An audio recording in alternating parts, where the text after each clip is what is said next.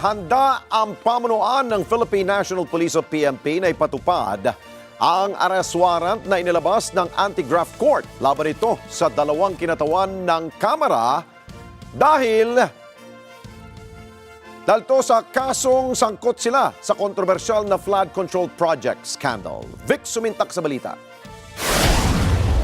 Handang ipatupad ng Philippine National Police Criminal Investigation and Detection Group o PNP-CIDG ang arrest warrant na inilabas ng Sandigan Bayan laban sa dalawang kongresista na kinasuhan ng Office of the Ombudsman ng kasong graft and corruption at malversation of public funds kaugnay ng kontrobersyal na flood control fund scandal.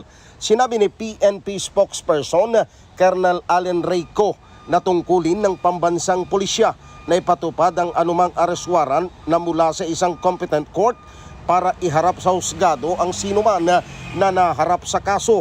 Sina Oswald Ilonggo Party List Representative James Ang at dating Sultan Kudarat 2nd District Representative Arnolfo Go ay kinasuhan ng Ombudsman sa Sandigan Bayan ng kasong graft and corruption at malversation of public funds dahil sa pagkakasangkot sa daang bilyong pisong pondo ng flood control projects.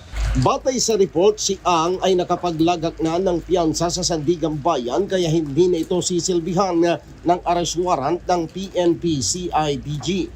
Again, the PNP is always ready to implement and execute any warrants of arrest coming from competent and lawful authority.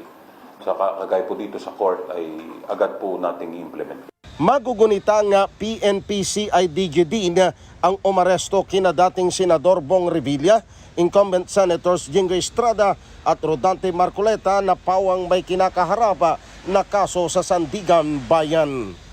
Vic Sumintak para sa mata ng Agila, matatag, matapang, matapat.